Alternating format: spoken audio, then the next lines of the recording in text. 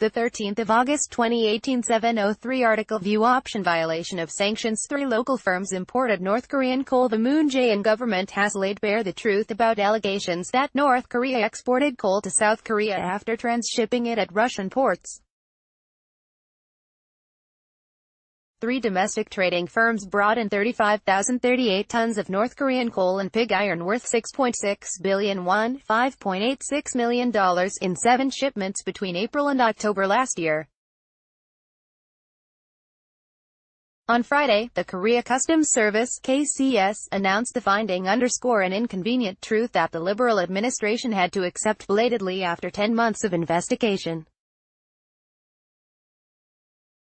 Yet the discovery is unlikely to end the controversy over how the authorities failed to detect and prevent the coal and pig iron imports. Conservative opposition parties are calling for a National Assembly probe into the government's poor handling of the cases. The announcement shows the South's disdain for UN Security Council Resolution 2371 that was adopted in August 2017 to punish the North for test-firing intercontinental ballistic missiles. The resolution bans the Stalinist country from exporting coal, iron ore and other minerals. For starters, South Korea will inevitably lose its credibility in enforcing international sanctions. It should not have created any loophole in the sanctions regime. Regrettably, the South has emerged as a violator of the UN resolution.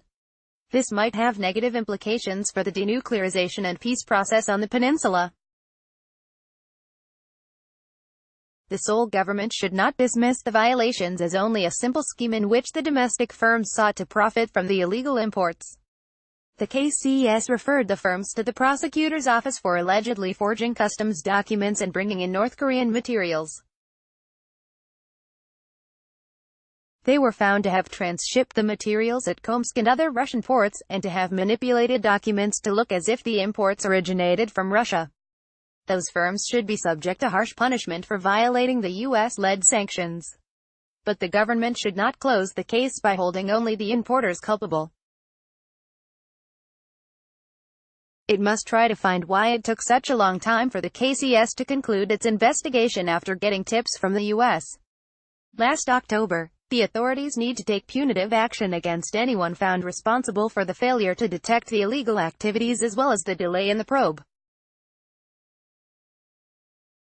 On Saturday, the government decided to ban 4 vessels, which carried the coal and pig iron to the south, from visiting the country's ports.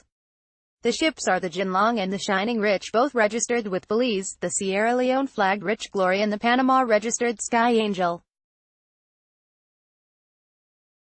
It is necessary to prepare for possible independent U.S. sanctions, or a secondary boycott against some domestic entities, including Korea Southeast Power Co., which purchased and used the coal to generate power.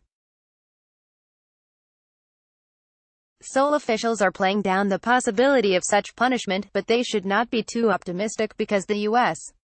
Congress might try to take some action. Most of all, the Moon administration should go all out to prevent such breach of UN sanctions happening again. It should not spare any effort to restore its credibility in faithfully implementing them. It also needs to step up cooperation with the U.S. and other allies in achieving the shared goal of denuclearizing the North. End.